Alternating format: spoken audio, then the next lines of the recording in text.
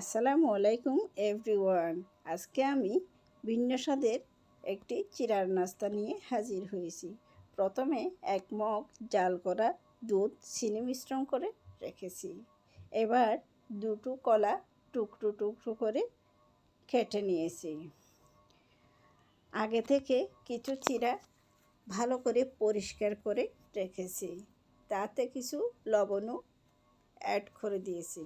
এবার চিড়ার উপরে কলাগুলো সাজিয়ে দিব। তার উপরে কিছু খেজুর টুকরো করা খেজুর দিয়ে দিব। এবার কিছু কিশমিশও দিয়ে দিব। তার উপরে 2 ধরনের বাদাম কুচি দিয়ে দিব এবং এর উপরে কিছু নারকেল কুচানো দিয়ে দিব। সৌন্দর্য ও টেস্ট বাড়ানোর জন্য কিছু রূআবজা অ্যাড করে দিব। সবশেষে চিনি মিশ্রণ করা দুধগুলো ঢেলে দিব।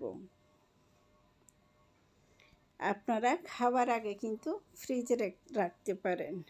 এই তো আমার হয়ে গেল ভিন্ন স্বাদের মজাদার চিড়ার নাস্তা। আল্লাহ হাফিজ।